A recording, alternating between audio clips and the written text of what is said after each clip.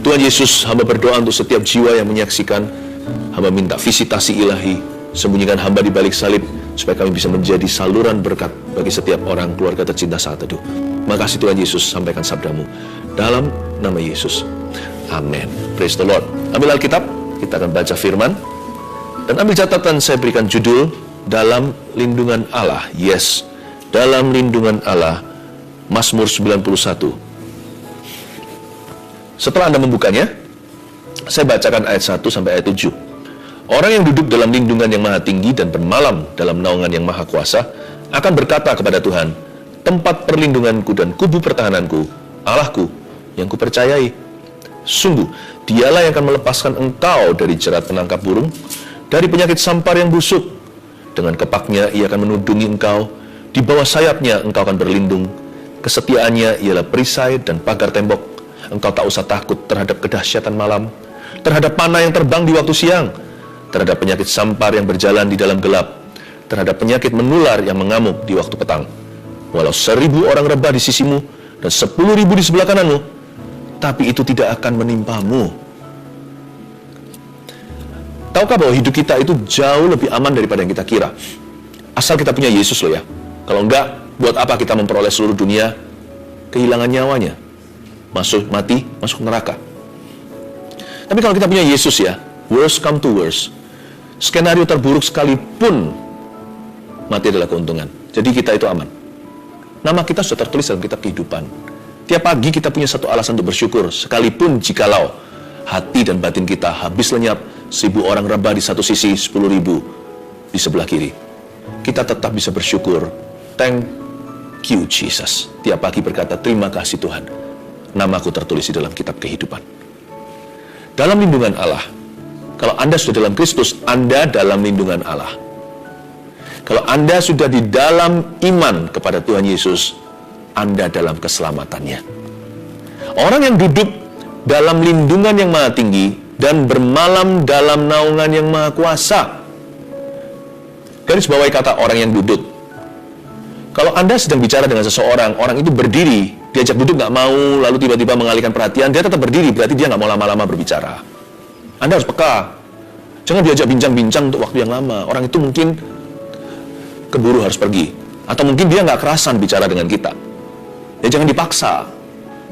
Tapi kalau orang itu duduk, tiba-tiba dia diambil kursi, lalu dia seret kursinya, lalu dia duduk ngomong sama Anda, tatap muka, bahkan letakkan tangannya di atas meja seperti ini, berarti dia siap untuk mendengarkan Anda. Inilah postur tubuh orang yang hidup dalam lindungan Allah. Perlindungan Tuhan itu bukanlah suatu pulsa yang Anda isi sebentar. Perlindungan Allah itu diperoleh lewat hubungan yang terus-menerus. Dalam orang yang duduk, belajarlah duduk dalam hadirat Allah seperti Maria. Jadilah residen, bukan visitor dalam hadiratnya. Jangan jadi pengunjung, jangan jadi tamu kalau sama Yesus itu. Jadilah orang yang tinggal di sana. Jadilah penghuni. Jadilah orang dalam.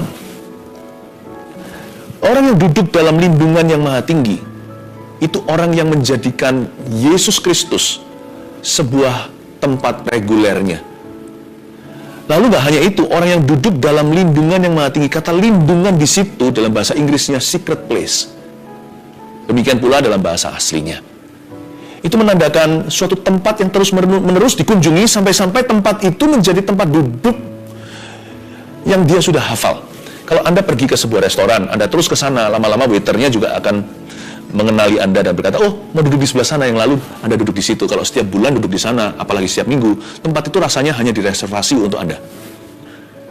Lama-lama sebuah tempat berkunjung menjadi tempat yang sudah personalized, menjadi tempat pribadi. Dalam lindungan yang maha tinggi, itu bicara soal secret place, personal hotspot. Di tempat itu Anda selalu ketemu dengan Tuhan. Kalau saya sih pagi hari sebelum saya turun dari ranjang, saya sudah kunjungi hadirat Tuhan. Saya berdoa berbahasa roh, karena saya tidak tahu apa yang akan saya hadapi. Saya doa berbahasa lidah, karena saya nggak ngerti apa yang harus tepatnya saya doakan. Saya mempersiapkan diri untuk sesuatu yang tidak saya duga. Saya mengundang rencana Allah. Lebih baik saya dapat kejutannya langsung dari hadirat Allah daripada dari kehidupan Karena kehidupan biasanya menyimpan kejutan yang tidak saya inginkan.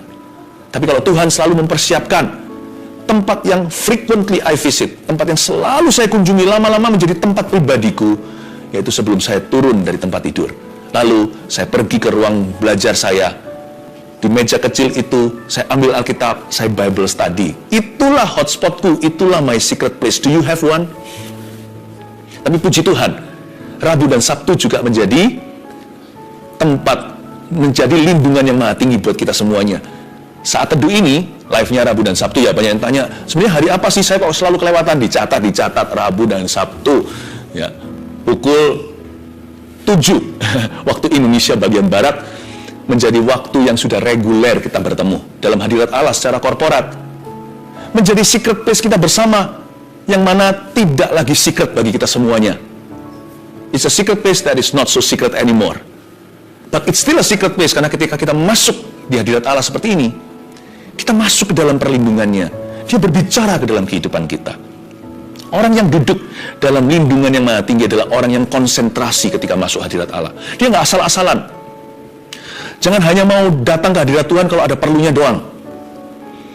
Perlu nggak perlu, butuh nggak butuh, visit regularly. Tiap hari, jadikan makanan sehari-hari seperti orang Indonesia makan nasi. Lapar nggak lapar, pagi siang malam bahkan. Ada juga orang yang breakfast makan pagi langsung makan nasi putih yang banyak. Saya nggak tahu itu apa sehat atau enggak, tapi itu udah jadi kebiasaan kita orang Indonesia. Jadikan hadirat Allah itu tempat yang Anda sering datangi. Anda sering masuk ke dalamnya. Perlindungan itu hubungan. Bukan kalau kita lagi rasa nggak aman, kita datang teriak-teriak sama Tuhan, tolong aku, bantu aku Tuhan, lindungi. Alangkah baiknya sedia payung sebelum hujan. Kenal Tuhan dulu sebelum butuh. Orang yang duduk dalam lindungan yang maha tinggi dan bermalam dalam naungan yang maha kuasa. Kata bermalam dalam naungan yang maha kuasa, khususnya kata naungan di situ artinya shadow. In the shadow of the Almighty. Kata naungan di situ adalah bayang-bayang.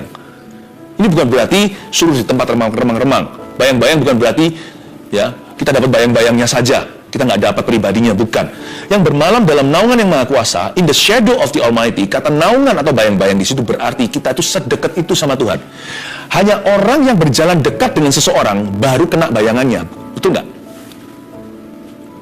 Kalau Anda jauh 100 meter gitu, mungkin nggak kena bayangannya, sekalipun bayangan bisa melonjong di jam tertentu siang hari.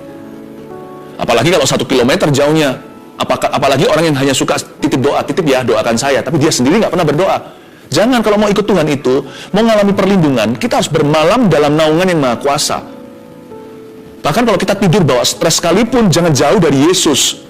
Kita dengan Tuhan itu, ya jangan ngaku-ngaku dekat. Nanti kita so akrab, padahal Tuhan, bahkan padahal kita belum terlalu mengenal Tuhan atau dewasa iman. Makanya itu, untuk kita bisa merapat sama Tuhan seperti ini, saya sendiri nggak berani mengaku bahwa saya orang yang terlalu dekat dengan Tuhan. Saya belajar dan saya ingin dekat, lebih dekat padanya, iya. Tapi minimal satu hal yang saya bisa janjikan, saya mau tidak berjarak dengan Tuhan. Kalau sama Tuhan terpaksa saya berjarak, nggak boleh lebih dari bayang-bayang.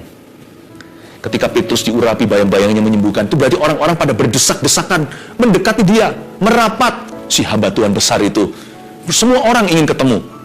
Si Petrus di Perjanjian Baru, lihat orang-orang yang kena bayang-bayangnya yang disembuhkan. Berarti orang-orang yang sengaja mendekat. Mungkin mereka tidak bisa memegang dia, mungkin semua orang lagi berdesakan.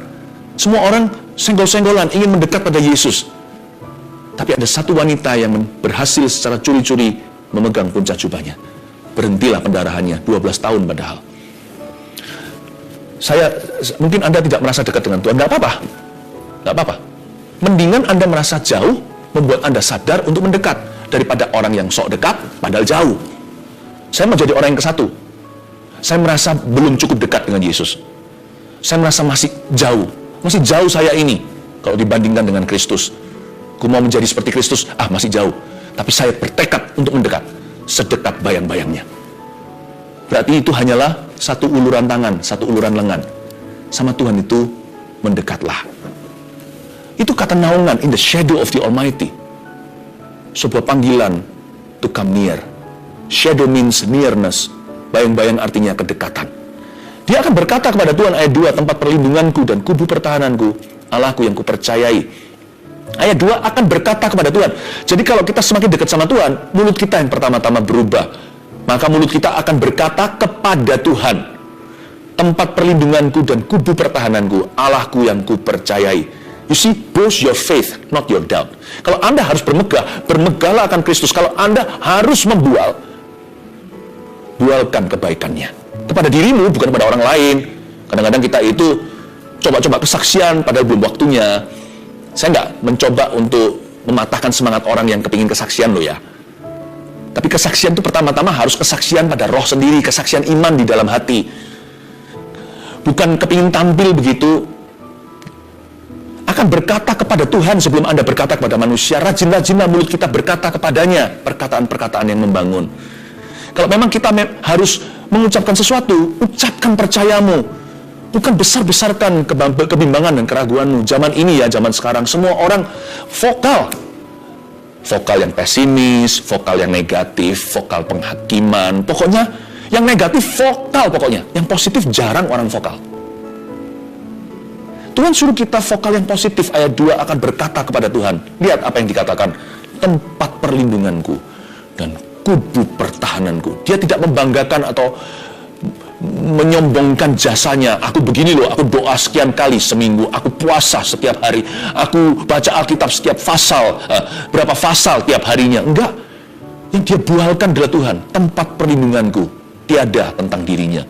Kubu pertahananku tentang Yesus, bukan tentang dirinya. Allahku, kalau satu-satunya ku di sini yang ada dalam kalimatnya, hanyalah terhubung dengan Allah. Allahku, dia jadikan Tuhan itu personal buat dia.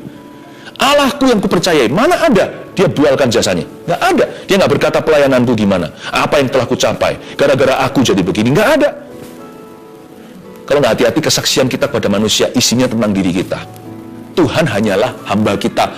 Bumbuin tuh kesaksian kita supaya tampak rohani, padahal semua kesaksian kita me. Belajar untuk melatih dirimu punya kesaksian iman dulu di hati. Belajar melatih mulut kita untuk membangun diri sendiri.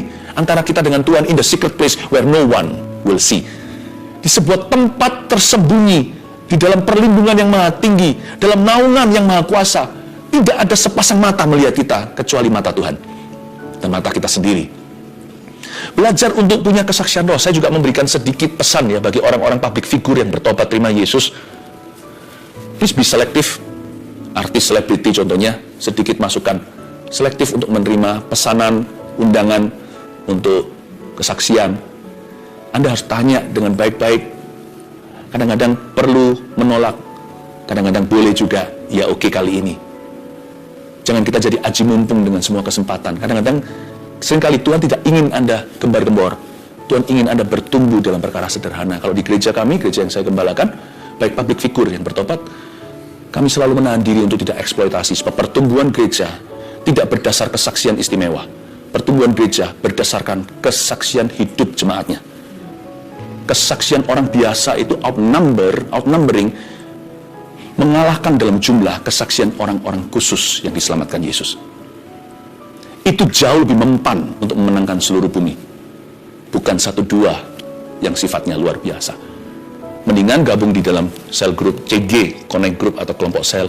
Belajar melayani 1-2. 2-3 orang, Yesus saja datang berdasar undangan 2-3 orang loh berkumpul, dia ada di situ. Bukan 2.300, 2.000, 3.000. Yesus pun dah hadir hanya karena 2 atau 3 orang. Belajar untuk setia dengan 2-3 saudara seiman. Latih dirimu beribadah. Belajar untuk melayani sesama. Nanti tumbuh dari sana kan naik. Tumbuh dari sana pengaruhnya naik. Bukan karena pengaruh di dunia sekuler yang dia sudah punya, tapi dalam dunia rohani, perlahan-lahan tapi pasti. Learn to grow out of secret place. Belajar untuk bertumbuh keluar dari tempat rahasia dalam lindungan Allah, bukan dalam publikasi manusia atau promosi dunia. Saran saya ya, kalau mau tumbuhnya itu pelan-pelan tapi pasti, dan do as I advise, lakukan sesuai dengan nasihat saya. Akan berkata kepada Tuhan, tempat perlindunganku dan kubu pertahananku, Allahku yang kupercayai. Kata Allahku di situ, satu-satunya aku dalam kalimat sang pemazmur adalah Allahku. Mau tahu kenapa pemazmur ini dilindungi sama Allah? Karena hatinya melekat kepada Tuhan. Di ayat-ayat berikutnya, tapi saya nggak akan baca nanti, mungkin nggak sampai ke ayat itu. Karena hatinya melekat kepadaku, aku akan meluputkannya. Karena dia melekat. Saul itu ketika dia berdosa ditegur sama Samuel. Lalu kan dia tersinggung nih, ceritanya di depan banyak orang. Tolonglah Pak Nabi, Pak Pendeta, hormati saya di depan semua bangsa. Jikalau kamu menghargai aku akan kembali melayani. Are you ready? Kalau Anda baca Perjanjian Lama, cek sendiri nanti. Kalau kamu menghargai aku akan kembali untuk melayani Allahmu. Dia tidak pernah menyebut Tuhan itu Allahku. Dia hanya menyebut Tuhan dengan nama kenamaannya, Allah. Dia tidak pernah menerima Tuhan secara pribadi ceritanya, sekalipun dia diurapi untuk tugasnya. Roh Kudus bisa menghinggapi siapa saja untuk memakai dia tanpa sengaja. Tapi menyerahkan hati itu harus disengaja. Tuhan tidak pernah memaksa. Roh Kudus tidak pernah menyurupi.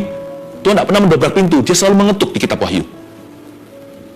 Saul tidak pernah menganggap Tuhan itu milik pribadinya. Bukan egois, tidak boleh diberikan kepada yang lainnya. Bukan. Dia tidak pernah punya hubungan yang personal dengan Tuhannya. Kalau kamu kembali, aku akan layani Allahmu. Tapi di sini pemazmur berkata, Allahku yang kupercayai. Saya mau dorong Anda, jadikan Yesus Tuhan dan Juru Selamat pribadimu dengan segala resiko. Kalau perlu, kalau memang harus ditinggal oleh teman, ya sudah. Kalau memang harus dikucilkan, apa boleh buat? Kalau boleh, jangan terjadi sih. Kita doakan supaya cawan ini dilalukan, ya kan? Tapi kalau terpaksa, apa boleh buat? Karena barang siapa mengasihi aku dan tidak membenci ayah, ibunya, saudaranya, dan sebagainya, bukan disuruh benci, bukan. Tapi cinta akan Tuhan dan cinta akan orang yang paling kita cintai di dalam hidup ini, dibandingkan kayak cinta dan benci. Paham maksud saya? Tuhan bukan ajari kita untuk membenci ayah ibu. Malah firman Tuhan ajari untuk menghormati. Kalau enggak panjang umur nih. Tapi dibandingkan dengan cinta kita kepada Tuhan, bandingkan itu dengan cinta kita kepada orang yang paling kita kasih. Itu kayak kasih dan benci. Segala resiko. Bahkan kalau perlu Anda dibenci oleh orang lain gara-gara imanmu, bukan karena kejahatan atau dosamu. Jadikan Yesus Tuhan dan Allahmu. Beberapa orang ada yang diusir juga. Saya doakan jangan terjadi ya. Tapi jadikan Yesus sebagai Tuhan dan Allahmu secara pribadi. Make Him your personal Lord and Savior. Percuma kalau kita mengikuti terus firman Tuhan lewat saat teduh gini contohnya, tapi kita nggak pernah berkunjung mengambil keputusan. Berarti Tuhan tidak pernah jadi milikmu. Tuhan hanyalah numpang lewat atau lalu lalang. Anda dan saya nggak bisa masuk surga hanya karena pernah dijamah Tuhan. Anda dan saya suatu hari masuk surga karena kita pernah menerima Tuhan. Secara pribadi dan materainya adalah jikalau Anda dibaptis. Sama Tuhan tuh jangan melulu pacaran. Masa mau pacaran terus? Kapan kawinnya? Kok nggak berani pasang cincin? Kenapa? Ayo. Coba pikirkan. Kok berani mesra? Tapi kalau komitmen, langsung takut dan pergi. Dan lari. Kecuali kalau Anda adalah penyamun yang disalibkan di samping Yesus. Kaki tangan udah terpaku. Nggak bisa turun, dibaptis, melayani, lalu jalani hidup baru. Tapi waktu dia terima Tuhan di atas sana, kalau dia bisa, saya yakin dia akan turun dari salib itu.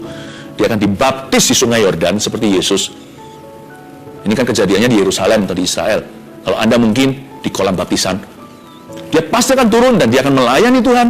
Orang itu pasti jerah dengan dosanya dan dia pasti serahkan sisa hidupnya untuk Tuhan. Kecuali kalau Anda adalah orang itu, Anda nggak bisa turun, nggak perlu dibaptis, nggak perlu melayani Tuhan, nggak perlu ke gereja. Tapi kalau kaki tangan Anda bebas bisa bergerak, apa susahnya untuk kita ambil komitmen? Kenapa kita hanya mau pacaran dengan Tuhan?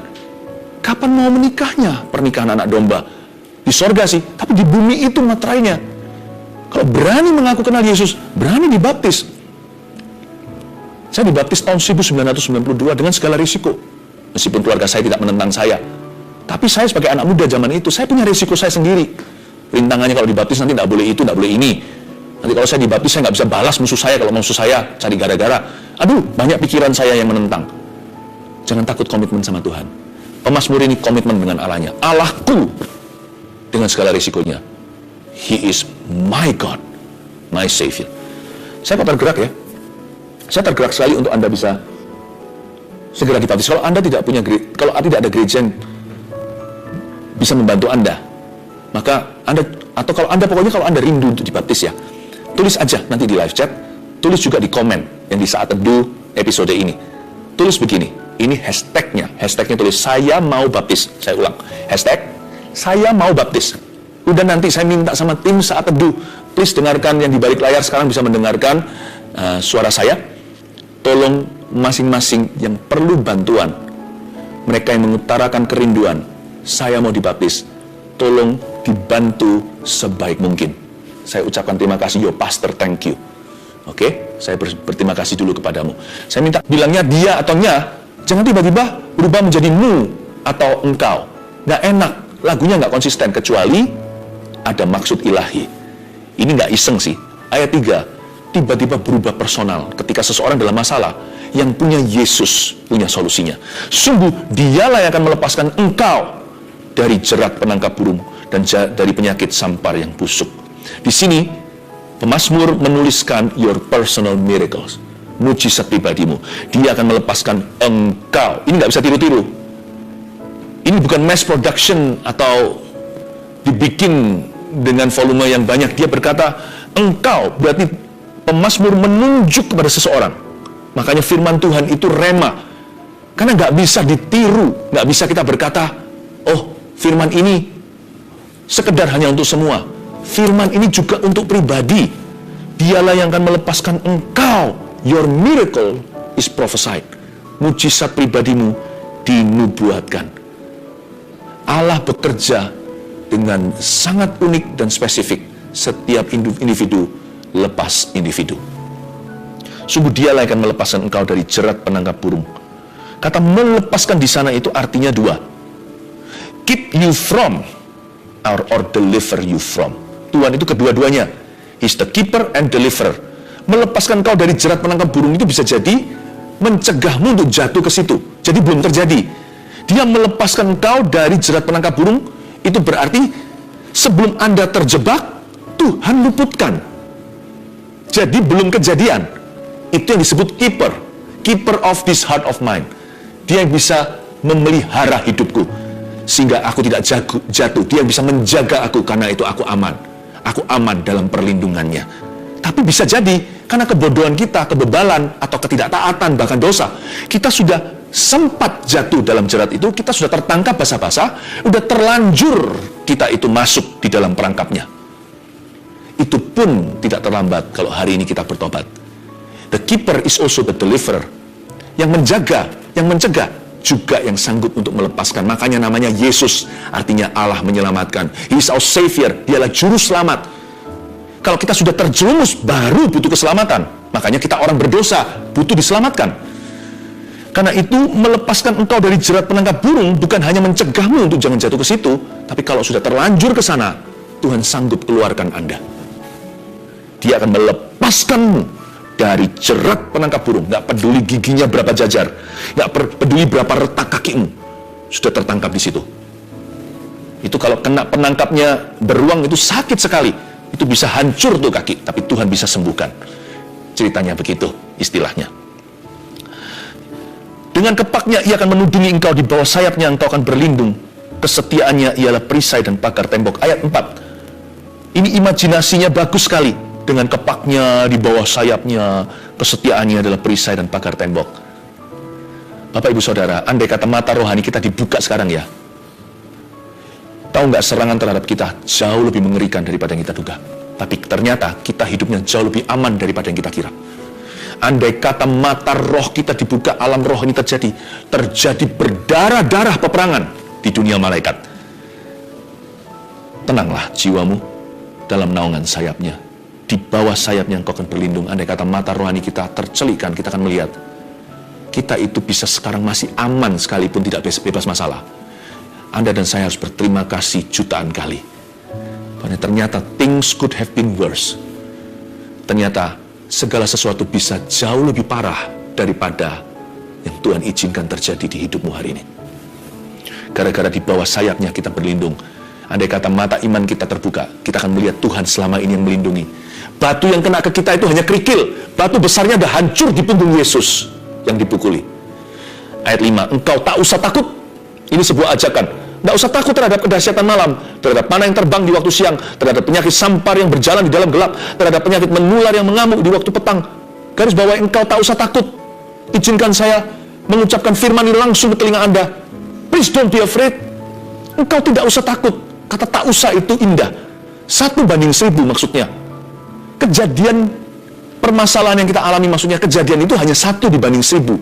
Biasanya ketika kita mengalami penderitaan sesungguhnya itu 1 contohnya. Dibanding dengan 1000 ketakutan kita overthinking. Ketakutan yang menyiksa kita. Yang tidak akan terjadi. Biasanya hidup kita jauh lebih menderita karena khawatir daripada kejadian sesungguhnya. Ya enggak? Makanya itu Alkitab berkata, engkau enggak usah takut. Enggak usah takut. Hadapi ketakutan yang nyata. Enggak usah khawatir berlebihan. Burung di udara dia pelihara. 1:1000, sungguh. Kejadian sesungguhnya itu 1. Bukan berarti masalah kita sedikit. Enggak, masalah bisa banyak. Tetapi tetap kekhawatiran kita jauh lebih banyak kalau kita mau jujur.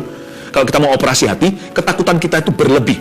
Lebih besar ketakutan kita daripada kejadian sesungguhnya yang menimpa. Ya enggak? Karena itu Tuhan berkata, engkau enggak usah takut. Hadapi aja yang 1. 1 ditambah 1 sama dengan 2. 2 ditambah 2 sama dengan 4. 4 ditambah 4 sama dengan 8. Count your blessing one by one. And count your problem one by one too. Nggak usah langsung stresnya 1000. Engkau tak usah takut. I speak fear. I speak faith into you. I cast away your fear. Saya ucapkan iman ke dalam telingamu. Dan saya usir rasa takut di dalam dadamu. Takut itu roh, tahu nggak? Karena kamu tidak menerima roh yang menjadikan kamu ketakutan lagi, kata firman Tuhan di Perjanjian Baru di dalam surat Paulus.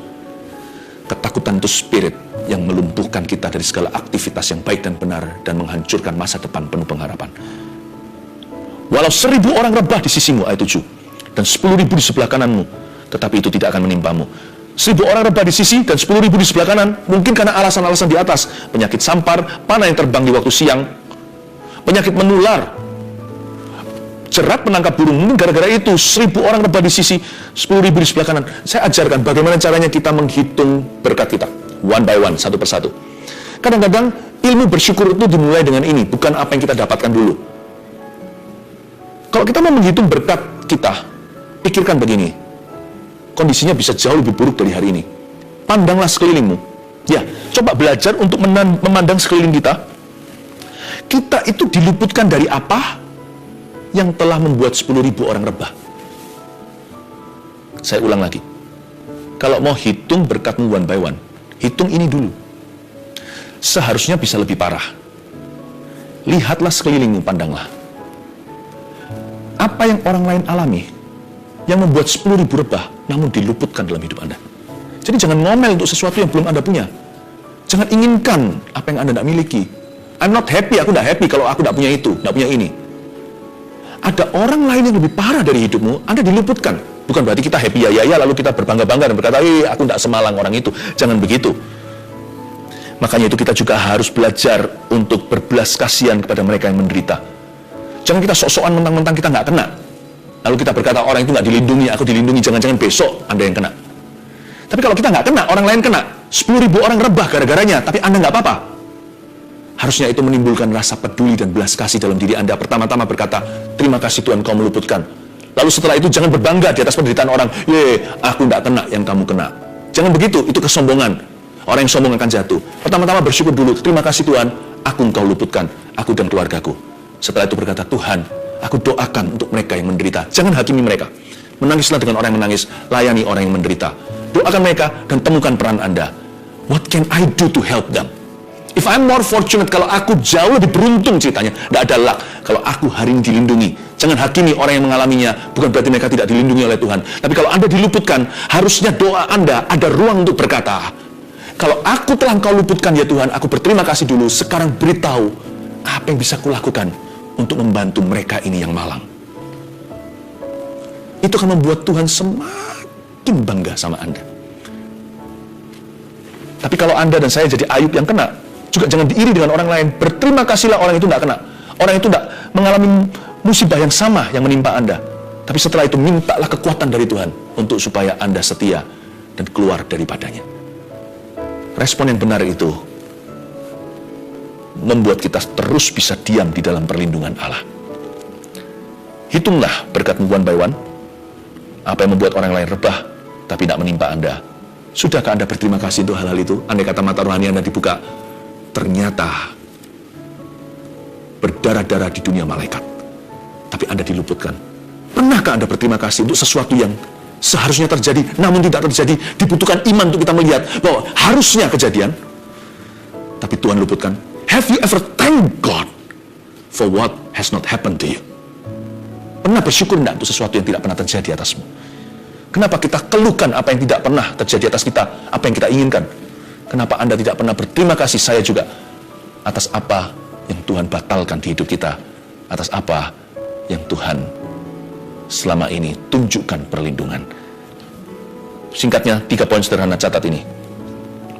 Dalam lindungan Allah, judul khotbah hari ini. Yang pertama, peran kita adalah bangun hubungan secara konsisten dengan Tuhan.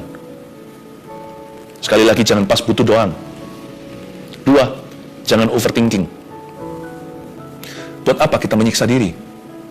3, layani orang lain yang menderita. Ya, belajar untuk jadi berkat buat sesama.